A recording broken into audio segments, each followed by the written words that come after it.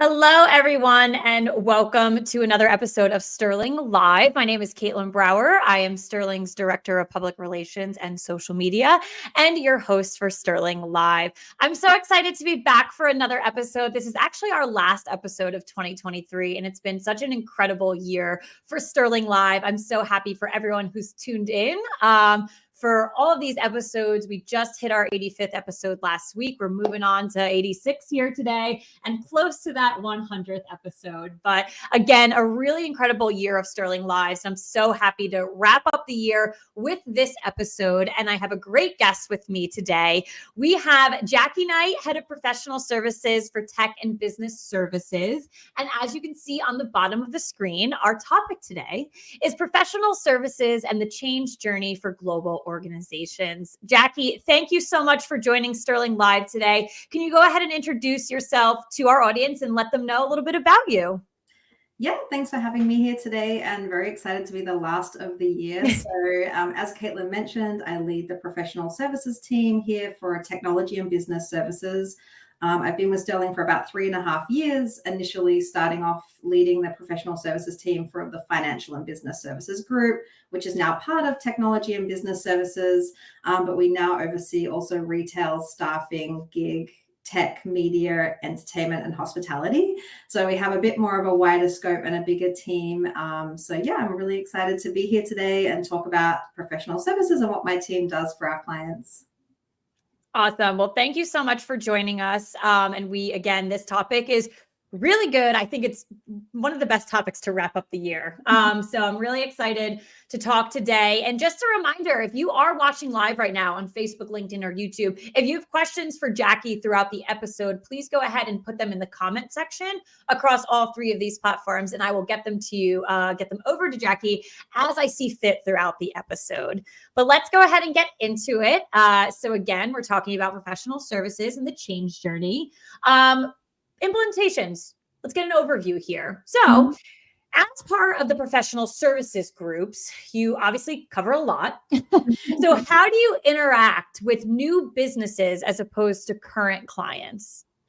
Yeah, I mean, the main difference is, with an existing client, we have a relationship. It may be weeks, months, or years long that we've had that relationship, and we have an excellent client success team that fosters that relationship and stays in touch with the client, monitoring their program.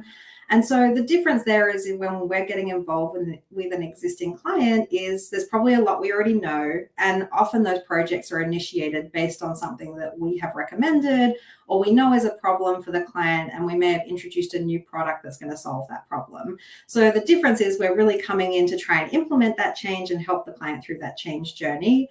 For a new client, we're really getting to know them. So we're trying to find out how does their business work, what's important to them, what is their company strategy, what is their hiring strategy, and how does Sterling fit into that? So the difference is we're really getting to know more about a new client's business and forming that partnership that we're going to have over many years, as opposed to picking up in the middle of a partnership that we already have. So going off working, with a new client, new business, do we have a standard approach that they use, for an implementation process? Yes, we do. We have a standard approach that we take, and it's a 5-stage approach, but there are nuances depending on the client's needs and what they're doing with their program and what products and services they're implementing. I mean, there's a number of things that we factor in when we're going into this process. But the 5 steps that we will always go through is we'll kick off the project, which is where we bring together the 2 teams and we become one project team, and we're working towards a common goal of getting this program up and running. We go through a discovery phase, and that's where we're really getting into the nitty gritty of how does the program need to work? What are some pain points that we can try and solve for you? We do build and test. So Sterling's system is highly configurable, and we also integrate with a lot of applicant tracking systems. And so the build involves all of that. Most of that work is done by the Sterling team, but we do get your team involved, of course, as a client. And then we deliver training, and then we do go live and monitoring. So that's the most exciting part because we've been working towards comes to fruition. But monitoring the program is really important too, because we do a lot of work building this program and understanding the needs, and it's making sure that when we're live and at the end of the day, things are meeting those needs. So global organizations, that's in the title of our topic today. So I want to talk about that. How are we approaching, large global programs? That's a huge thing for Sterling, like being able to help, our global clients, things like that. Is the process any different?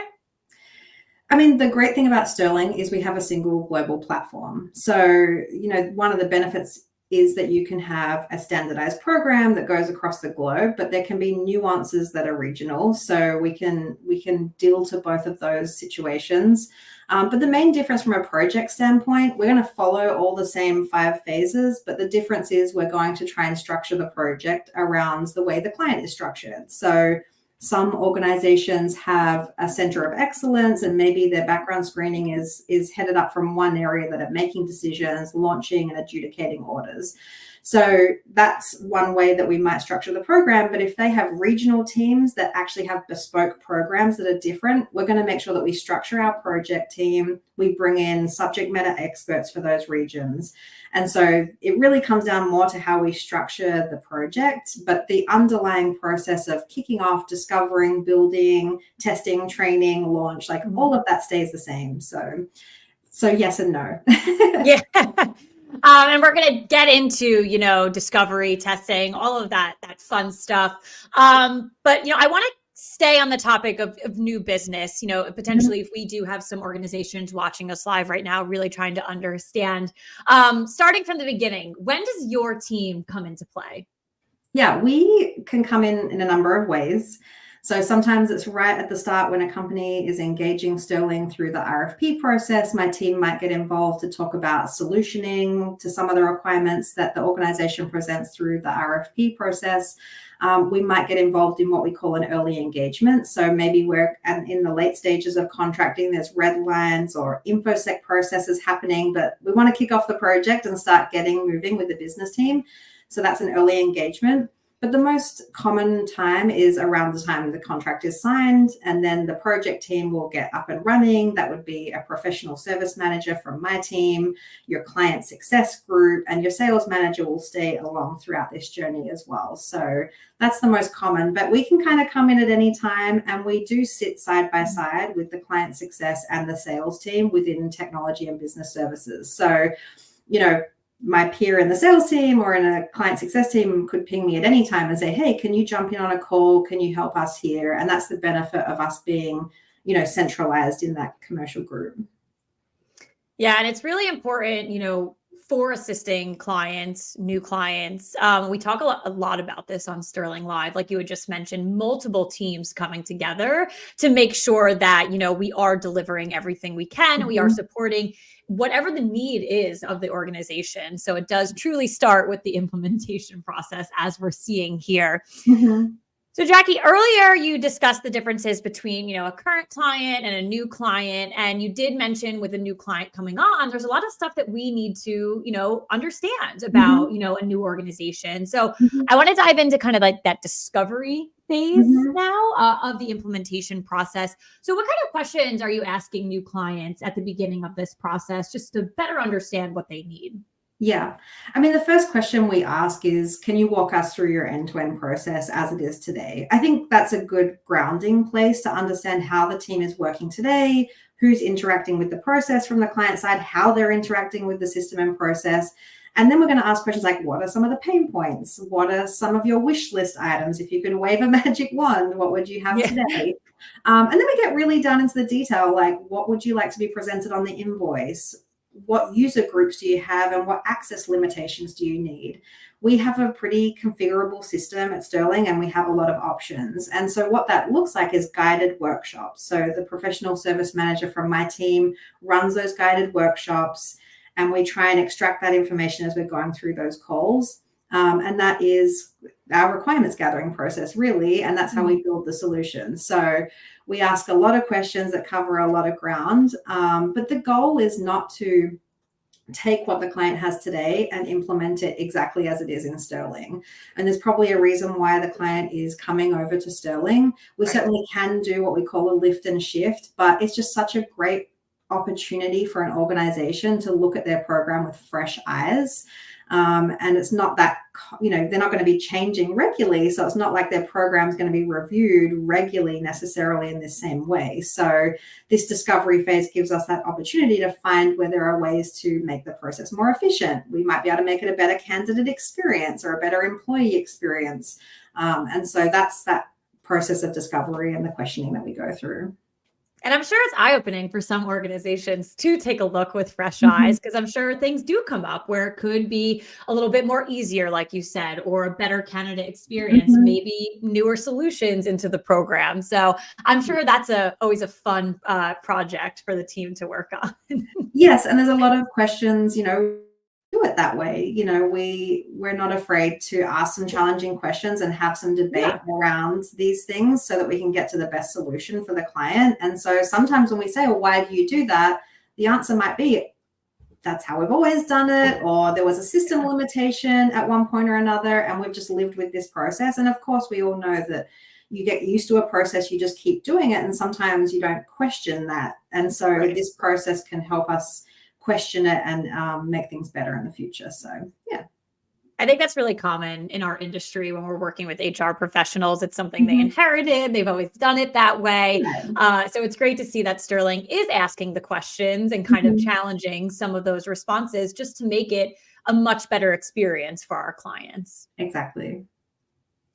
So I want to talk a little bit, and I'd love you to explain this to our audience, talking about SME in PSG. So can you talk a little bit about that and explain what that means to our audience? I mean, what that means to me, like being a subject matter expert in professional services, is really around being an expert at taking a client's requirements all the way through build, test, training, and through to go live. I mean, there's a certain approach that you take and a certain way we do things to make sure it's successful. And so it's, of course you could pick up and say, well, let's just do this and implement it. But there's things like timeline management, risk management when it comes to a project. My team has an average tenure of 6 years here at Sterling doing implementation. So they have a really good understanding of how our system works, what functionality meets the requirements. And sometimes there are a few ways to solve a problem within our system. And we've been doing this for a while, and we do it with a lot of different clients. So we use that knowledge and that learning from other clients to be able to help build a better program for future clients. So having a subject matter expert within the professional services group is a huge benefit to an implementation, because we are asking those questions and we are tracking to make sure that we're on time. Otherwise, I'm sure we've all been involved in a project that's blown out, or there's been scope creep, or we have, blown the budget. And so having real professional service team around your project is going to help avoid some of those situations. Absolutely. All right, let's keep moving down this journey. So we have a new client. We're through that discovery phase. Now, building and testing. I want to dive in. I have two questions for you around here. But I want to start with, ATS integration. So can you briefly touch upon that and then our capabilities behind that? Yeah, so ATS, for anyone listening in, is applicant tracking system, and there's many different ones. It could be Workday, Oracle, SAP SuccessFactors, like there's many different ones out there. And in fact, we actually have 75 different integrations across 40 different partners, and we are a platinum partner with 10 of those. So we're not unfamiliar with this. We have around 5,000 existing clients using an ATS into the Sterling system. And somewhere around 60% of all of our orders come from an ATS. So this is not uncommon. We're doing this every day. And more often than not, we have an ATS integration. There's a different consideration when we're integrating through an ATS instead of going directly onto the Sterling platform, because there's a technology dependency, and we need to work with the client's technology team to make sure that we get that integration correctly done and tested. Some integrations are really easy. It's a flick of a switch, and others takes some minor configuration, but our team will guide you through that process. We will always have someone from my peer Keith Bowen's team. He leads the integrations team, and they have experts across all of those integrations. So someone will be partnered on the project with my team throughout to make sure that's successful.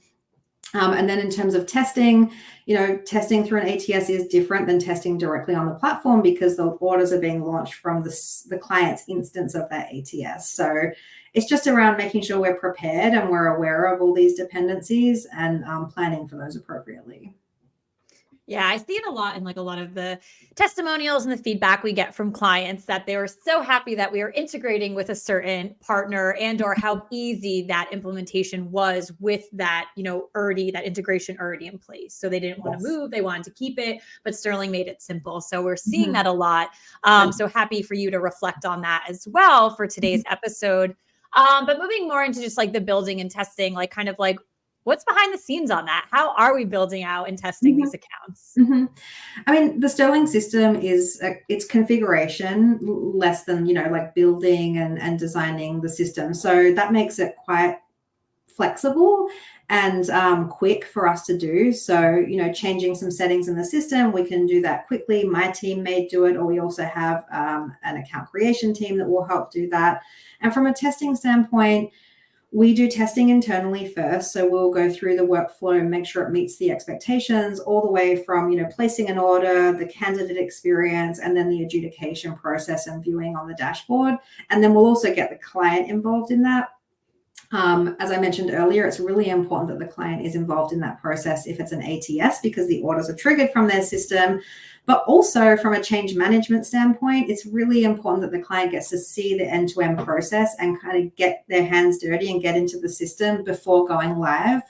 It often helps us identify areas of change and then plan for the training around that. So testing is an important phase. We will prepare the testing plans and help the client go through that process. So, yeah. All right. Well, we're not just ready to go live yet. We're live right now in front of our audience, obviously. But I want to discuss training now because we have to make sure that everyone is prepared for that go Yes. live, whether it's our team, it's the client. So let's talk a little bit about training. How are we training these new clients on the Sterling platform?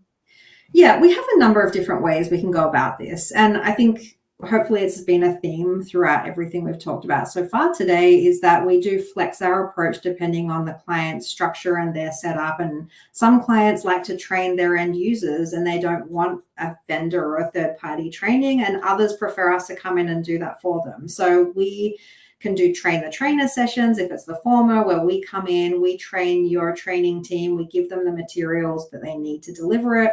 We also do co-branding or like co-training with the client. Those are my favorite because you actually get to be in the room while they're talking about policy and procedures and more of the end-to-end and how Sterling fits into that. And then we jump in and talk about, platform training and how to actually use the system. And then there's just the straight up, we deliver the training. Yeah. And then there's other nuances, like if it's a regional program and there might be nuances, say in a program in Australia or in the UK. So we might run different training sessions that are in the right time zone and that they're tailored to that regional program if that's how the client set them up. So there's a few different ways we can do this. We typically record the sessions. If the client is happy with that, we can provide those recordings. They can host them on their internal site. We have user guides and materials, and then ongoing, our client success team can provide ad hoc training or annual training sessions for clients if they have new employees. So we're pretty flexible and we'll work and collaborate with a particular client on what suits them. Yeah, again, really just raising the importance of Sterling being able to customize many different approaches, including training for each organization and what they want, what they need, what is just best for them to get this in place. Mm-hmm. Yeah, and I think we have the underlying methodology, which we know works. And so we're always keeping that front of mind and we're using that. But having that layer of flexibility over the top makes sure that we're not trying to fit everyone into, a cookie cutter, because we know that every client has nuances. So you're absolutely right. We try to be flexible, but also bring our expertise knowing that this process works. So it's a combination. You briefly touched on regional nuances just a minute ago, but can you share an example of how your team has managed training a client that is, on a global scale? Yeah, I mean, we're doing one right now that's across APAC, the Americas, and Great. EMEA. So they have a centralized global standards, but they also have regional nuances, and regional teams are on different time zones. And so really how we're structuring that is we have open sessions that we're leading that are in the local time zones, and they are structured to the program that area has. So there might be different requirement. Well, we know there are different requirements in EMEA from like a background screening standpoint. And so we make sure the training is structured around that. So when we're showing the ordering process, when we're showing the candidate experience, they're actually seeing the experience for that area of the world and that factor in the product and requirements there. And so it's really just making sure that we plan for that. And then aside from training, making sure that we also have the support structures that meet that regional need as well, ongoing post go live. So yeah, we do this pretty regularly. Yeah. The opposite is that someone I mentioned earlier might have a centralized team. So maybe the team out of the UK runs the global program and we're on this global platform. So it's not difficult for us to train one person how to run a program for multiple countries or multiple regions off a single account. So a few different options as well. Well, I appreciate the prime example of what's going on right now with a client. Yeah. But you're correct in that we obviously do this a lot, and it's very common for Sterling. But okay, so we've gone through a lot, and now we're at the point we're ready to go live. So it's very exciting. I'm sure this is very exciting time for your team and for the client. So I want to talk about, go live and then beyond actually the go, because it doesn't just stop at that date. So can you discuss that go live process? What's going on there? Yeah, it's a very exciting time, and it's certainly the start of a long relationship with the client. So you're right; it doesn't end there. It's the foundation of everything that's going to be between the client and Sterling ongoing. But go live is all about preparation. There can be a lot of nervous energy around this, and it's a change. Whenever you're changing vendors, there is some level of change. It might be small or large. And so being prepared and preparing the client for that is really important, because the more prepared you are for a change, the more aware you are of what's coming, the easier it is to manage that change. So there's a lot of prep work that happens in the days, weeks, or months leading up to that go live date, depending on the program, which is things like training, things like testing. We do mock cutovers when we have technical, an ATS integration. We might do a mock cutover and see how that performs and pick up any potential issues. And then, in the few days before, we're going to have no-go decision meetings where we'll actually get that's a tough phrase. Okay, go, no go. That's a tough one. It's like the first time I've said it. Yeah. And so we have those checkpoints to make sure that everyone's ready, that everyone knows what to expect on go live date. And then there's like the minute details, which is what time are we cutting over? Yeah. It's easy to say, okay, we're going to go live on Friday, but if we are cutting over, especially a technical ATS integration, is it going to be at 9 a.m. or is it going to be at 3 p.m.? That's really important for us to know. That's really important for their users to know. And we need to make sure that we have the right people on the ground. So scheduling that in, and then making sure that we have checkpoint meetings for the days and weeks to come, because things are going to come up. There might be questions. There might be things that the client wants to change post go live. And so really making sure that we have all the checks and balances in place and touch points. We had a big US client go live recently. They had over 200 users. And so what we did was we set up daily open hours sessions. And they were basically just, an hour where anyone could dial into the Zoom and just ask any random question. It could be, I forgot how to log in. Can you send me the link to the user guide? Can you remind me how to do this? And so, again, this is all about preparation and having those resources open for the team and ready to go. So the more prepared you are, the more successful it is. And I find that our go lives are generally pretty successful. So yeah, like we're prepared most of the time. Well, it is such an exciting time, but I do appreciate the fact that you touched on it could also be a nervous time as well, because it's a long process and we're putting something new in place and you're so ready for it. But then you're also, what if something does go wrong? What if you have questions? So I love how detailed Sterling is up until that actual point, but then afterwards, being there, because I loved the one phrase that you said, this is a start of a new partnership and a new relationship. So it doesn't just end when we turn the lights on and it's in place. It's a long journey. Yeah. We are there. But continuing on the conversation of, post live, what is your role, your team's role once we're in place? I know you touched a little bit on like the trainings afterwards or the open office hours, but even beyond that, where is your team in this process? Yeah, we call it monitoring or stabilization, really. So it's making sure that the program is performing as we expected it to, that the team is able to place orders, that the turnaround time of orders is meeting the expectations, the invoice is correct. Like there's many things that happen post go live that we monitor and check.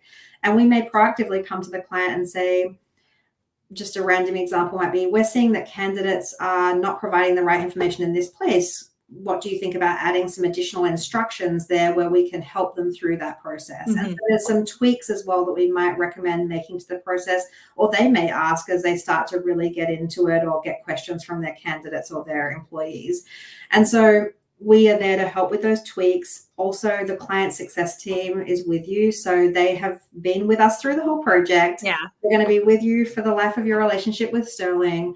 And so it's a pretty smooth transition. Like whenever we decide that the program is stable and the professional services team can take a step back, that's when we make sure that we are there. There's not a time that we set in place. It's, do we feel like the program is actually stabilized?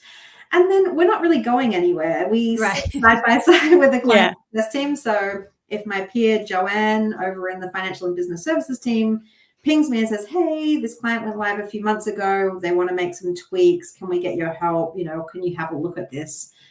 We are happy to jump back in. So that's the benefit of having these teams centralized within the commercial group, as opposed to professional services being, off in a PMO or off somewhere else in the business. Like we're right there with our clients. So, yeah.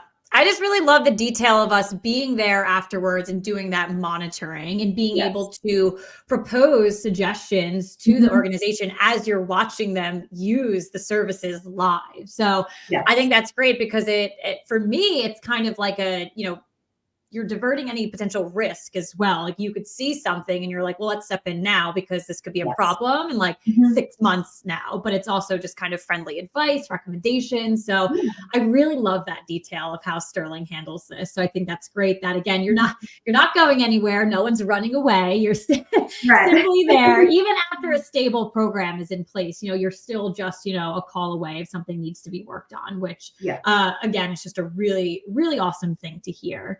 But yeah, so we went through the change journey process today. And I'm really happy for, our audience to get these details of really something that's like behind the scenes. So I, again, really love that we're getting this out there. I do want to remind our audience, if you are watching live on Facebook, LinkedIn, or YouTube right now, if you have any final questions, I know I asked a ton, but that's my job here. But if you have any questions for Jacqui, please go ahead and submit them now.